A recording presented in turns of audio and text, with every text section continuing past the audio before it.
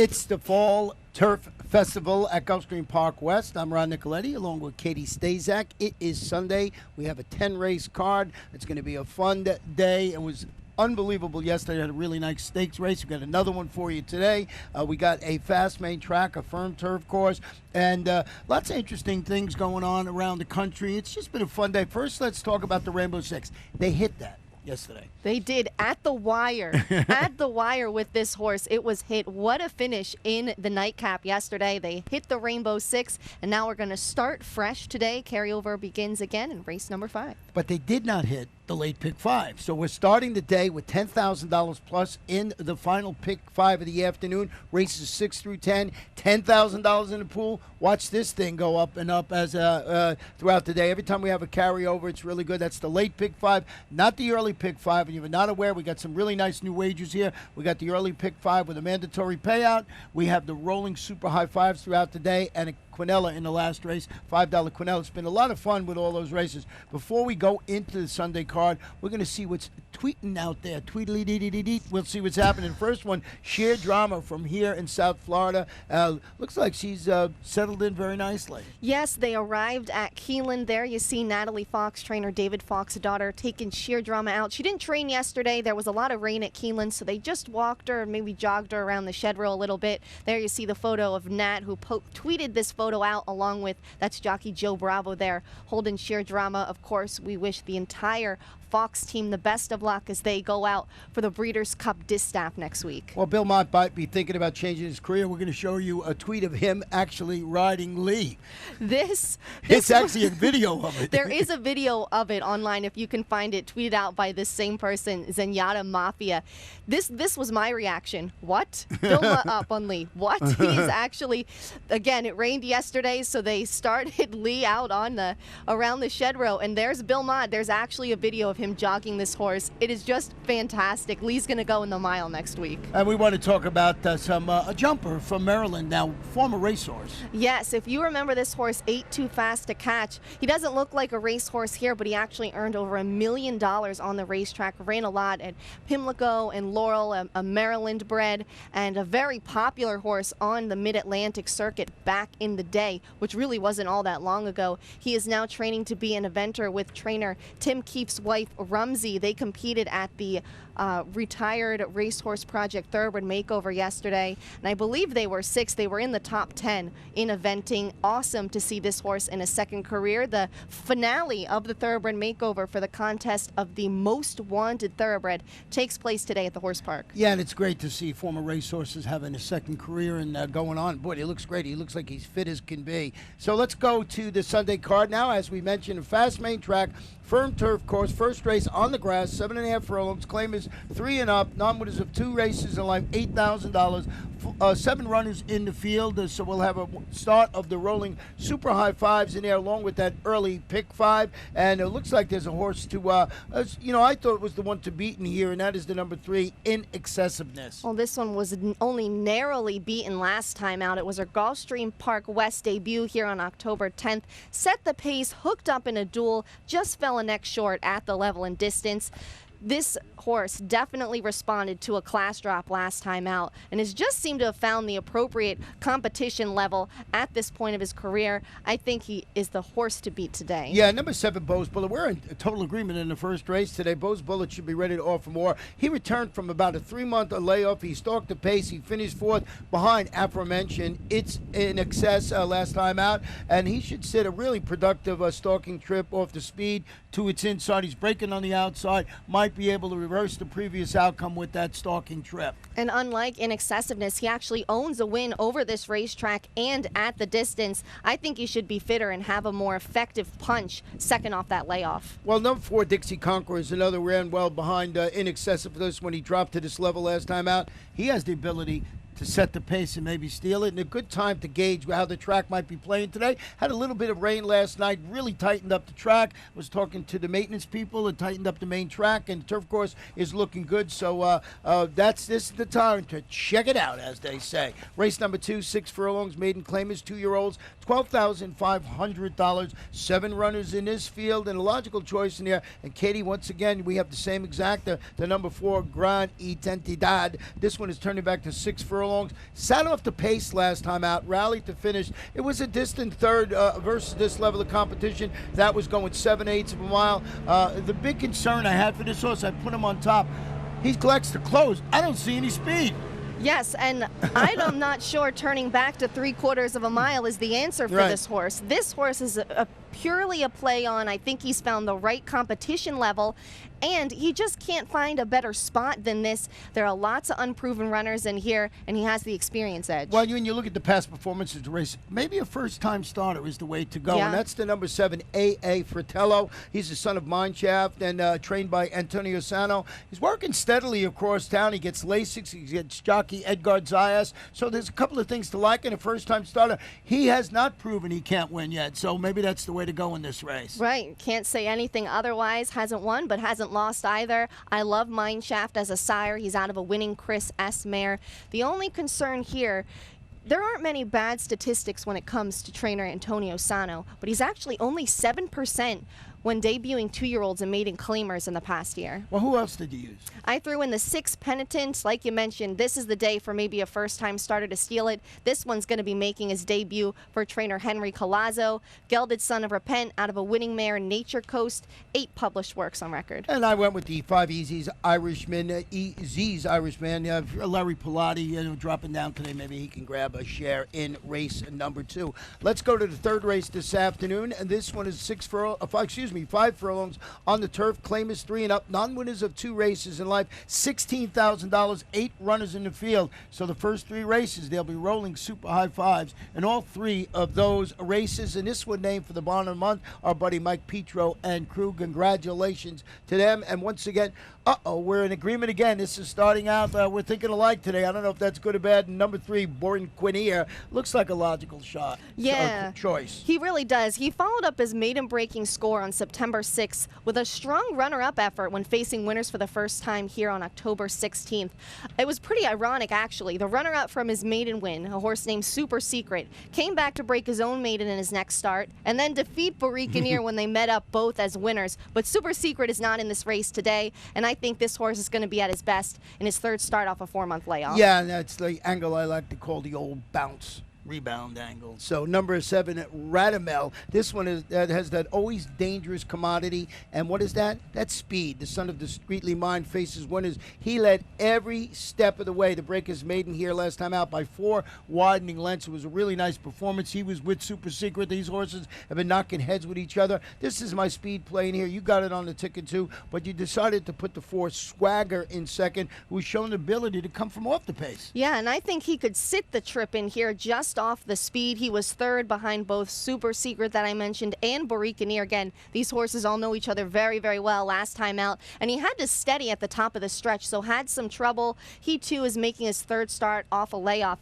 and with a cleaner trip, I think you could see him in contention as they near the wire. Yeah, because Radamel and Born might get up there and, duel it out and set it up perfectly for that horse this afternoon. Let's go to race number 4. It's a 1-mile maiden claiming event, fillies and mares, 3-year-olds and up, $10,000. We do have a scratch, our first one of the day, and it's number 6, My Rhapsody, has been declared out of this race. Katie, we're in agreement again, but this doesn't usually happen every single race. This one is number 2, Reagan's Odyssey, stretching out to a mile after finishing an almost identical 4th in back-to-back 6-furlong sprints. They look like the same race against the same caliber competition. He's a son of Cantaros, who should be able to get this distance. He's from a barn that just keeps winning. We're talking about trainer Marcus Vitale. He's got a really good angle here, 21%, with horses going from 2 sprints to a route. So this looks like a good spot for number 2, Reagan's Odyssey. And you know what? I actually like Marcus Vitale horses better 2nd off the claim than 1st off the claim. Once they get running in his program, they seem to get better. That's what I've noticed, and I think this one's going to fit that to a T. And I think she could find herself sitting a bit closer to the pace today on the stretch out and get a nice stalking trip. Number 4, Canary Green is who you have in second, who I have in third. 2 for 3 in the money at this distance. Yeah, I think this one also looking to work out a better trip. She's actually had a bit of bad luck in her last few starts. Last time out, rallied for third, had to check at the 3/8 pole. 2 back, again had to steady around the far turn. If she can get a clean trip today without having to lose any of that momentum, she could be right in the thick of this and getting in light today with 10-pound apprentice Chris McIntosh. Number 5, Starship Galaxy, who ran well while going a mile on the turf, stretches out today on the main track after showing some late interest when finishing a distant third, here going 6 furlongs. What I mean by this, if you look back at its performances on the turf, which is going around 2 turns this course, showed tactical speed and ran well. So that says to me that, stretching out today, not that they can handle the surface, but can certainly handle the distance today. That's why I put it in second instead of third. Our 5th race is the feature race of the afternoon. 1 mile and 1/8 on the turf, 3-year-olds and up, $75,000. It's the Spider John. We do have one scratch in here of number 5, Gala Award. Number 7, Lochte on the top of our tickets. Yeah, let's take a look back at Lochte's last race. This was in the Mr. Steele Stakes. We all know this horse loves South Florida. He especially loves Gulfstream Park, and he was thrilled to get back on that surface last time. He's going to draw off to a much the best 4 1/4 length victory. We saw a former Grade 1 winner come in on top in the stake yesterday in Kitten's Dumplings, and I think the same thing is going to happen here at Gulfstream Park West today. Lochte, winner of the 2014 Gulfstream Park Turf Handicap. I think he just is far and beyond the class of this field. Well, number 1, Morning Calm. This 9 furlong distance is going to seem like a jog in the park. This is one distance specialist. Turning back today to 9 furlongs, looking to recapture the form he displayed at Gulfstream. That's when he won the 12 furlong Raymond Earl when coming off a freshening. That was back in May 2015. He's a gelded son of Broken Vow. He was off the board in those pair of graded stakes level competition up at Saratoga. I think this is a spot for this horse to rebound against this level of competition. Going to have a tough time against Lochte, but a horse I think you got to have on the ticket. I completely agree. I have him on the ticket as well. I actually think 1 1/8 might be on the shorter end for this horse. He might even actually want to go longer. He was last a winner going 1.5 miles. So we'll see how the trip works out for this horse, but definitely has the class. Think he can rebound here. The horse we talked earlier before we came on the air to keep going back to in here is the number 6 for me, and that is Hampstead Heat. He's stretching out to one of his most accomplished distances. 3 races at this distance with 2 wins in a second after notching his 2nd consecutive stakes caliber victory on the Wood Barn turf. The trend is Pat Parenti. He's got Miguel Vasquez atop. This Canadian invader loves the 9 furlong distance. And when I'm handicapping, of course, your eyes go to Lochte. I kept going back to this horse. So I'm really going to be interested to see how he runs today. We have another shipper in this race. That's the 3, Slim Shady, the English bred,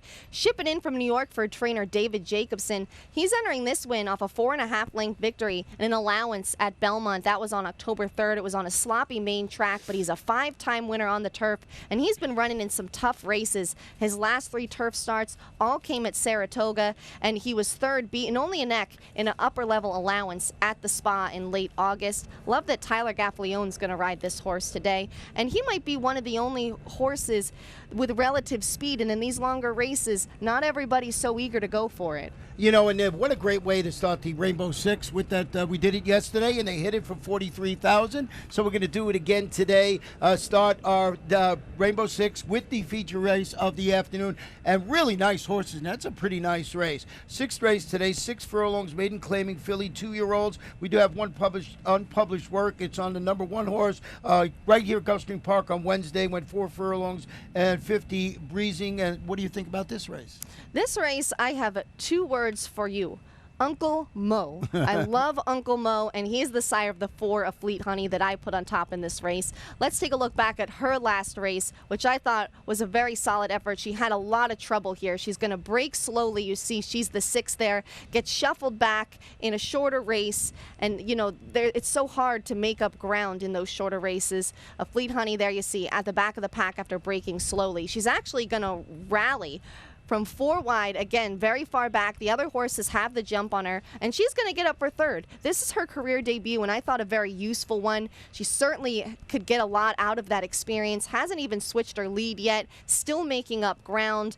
Uncle Mo, his 2-year-old progeny, are winning at a 22% clip. She's out of a multiple stakes winning graded stakes place mare. And I talked about Antonio Sano. Not the greatest percentage debuting horses in maiden claimers.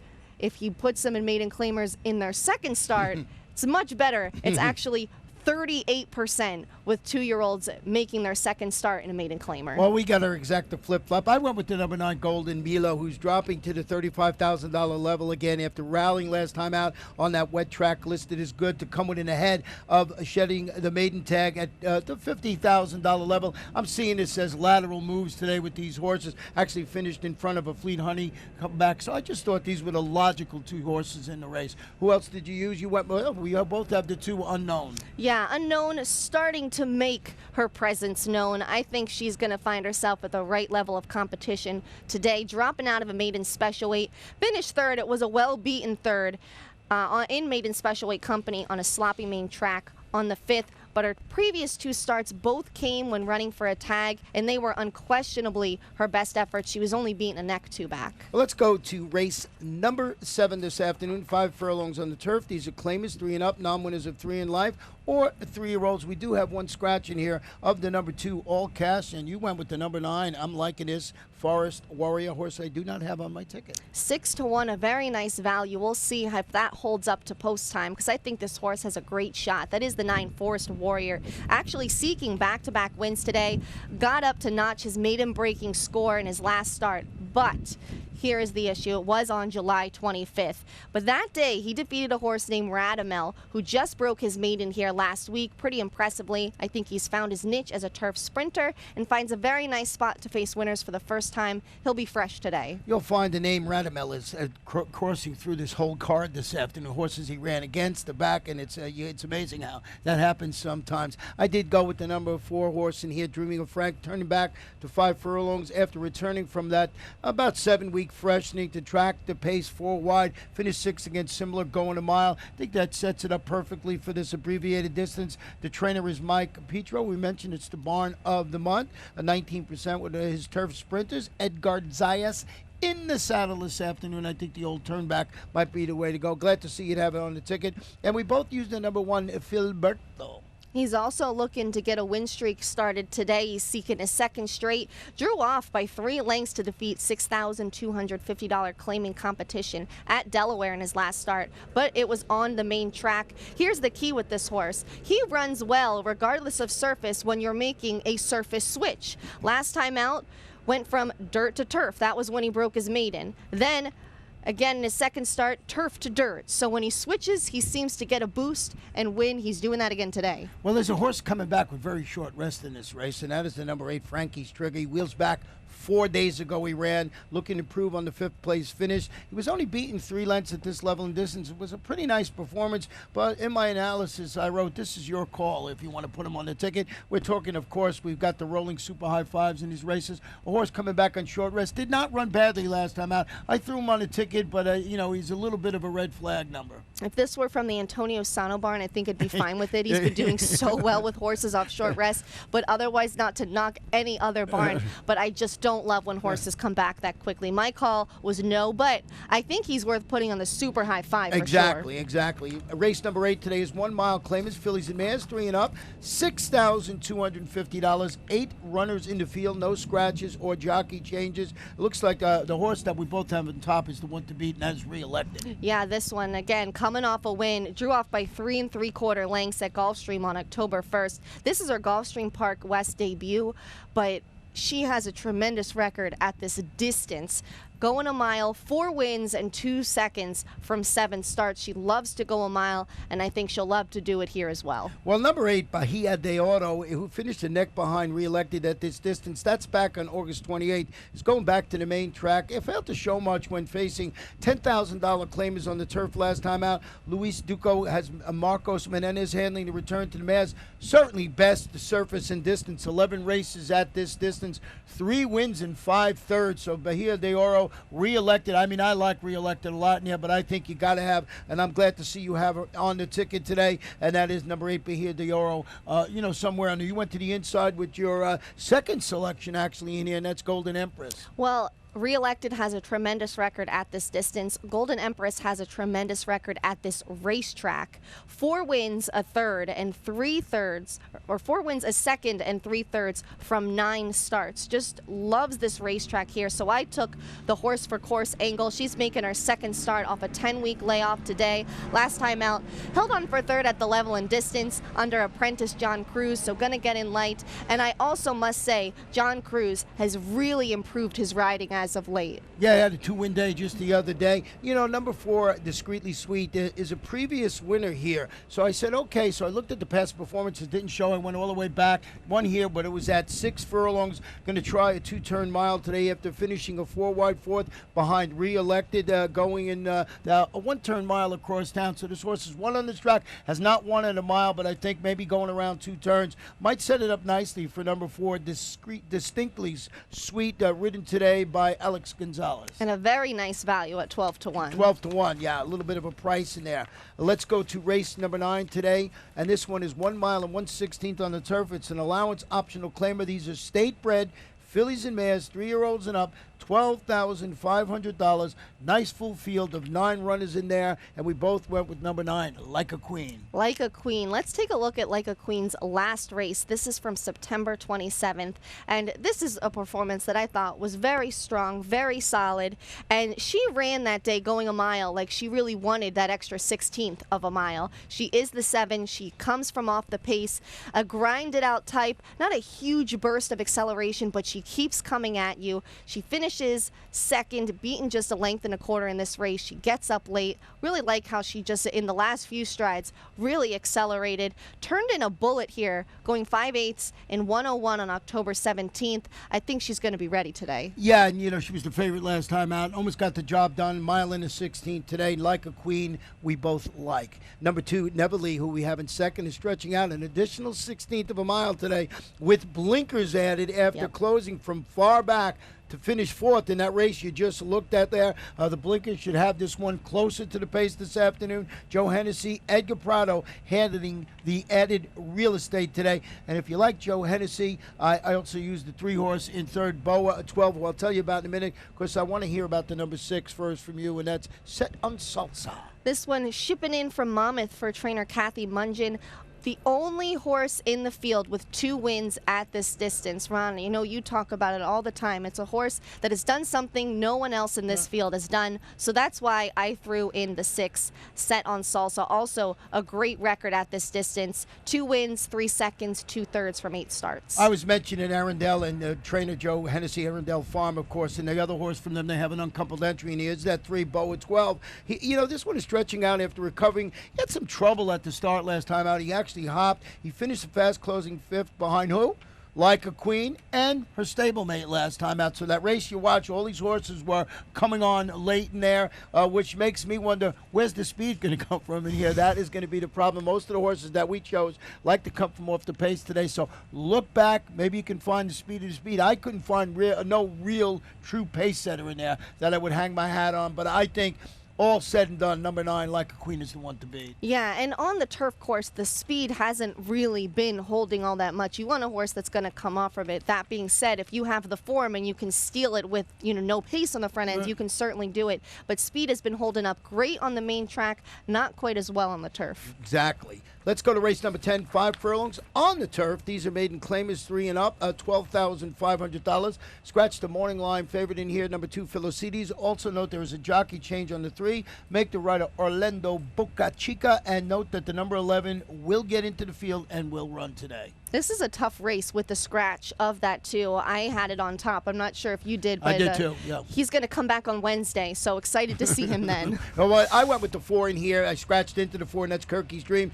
Proved he can compete here at this level of distance, and he shipped in from Indiana Grand into the Albany Mirage Barn and finished second. He ran pretty good here, shipping in, so I think he's found his proper level, and I'm expecting him to run well in there. I see you have it on the ticket. But number 3, Gunnery, another horse I think moves way up with the scratch of number 2, Philocides. Mercedes. Yeah, a little bit spotty in his past performances, but you look at all his races turf sprinting, they've unquestionably been his best efforts. In fact, he started 3 times in turf sprints, the only 3 times he's hit the board in his career. I'd like to see what he can do when he can establish some consistency on this surface and not be making all these changes all the time. Matt Rispoli picks up the mountain. He'll be making his 3rd start of his current form cycle. No, today. he'll be Orlando Boca Chica. We Boca got a late. Chica. Oh, yeah, we got we to have a land. Late rider change here. Well, I am perfectly fine with Orlando Me Boca too. Chica I mean, as I well. don't see the difference No there. issues. Just want to make sure there's Orlando Boca Chica on the 3. Here's that homework we've been giving you about Radamel throughout the day with this number 7 up and left. He's eligible to show more. He chased the pace. He finished 3rd behind Speedy Next Out winner. You mentioned his horse Super Secret, and 3rd race participant today, Radamel, who broke his maiden here. We mentioned that last race on October 11 in front-running style. He won that race by 4 lengths. You got to watch Radamel run earlier on. If he runs again and wins, certainly move this one up a little bit. So number 7 up and left. It comes with some homework, but I think a horse you got to have on the closing super high 5 ticket. I liked homework. It's not bad.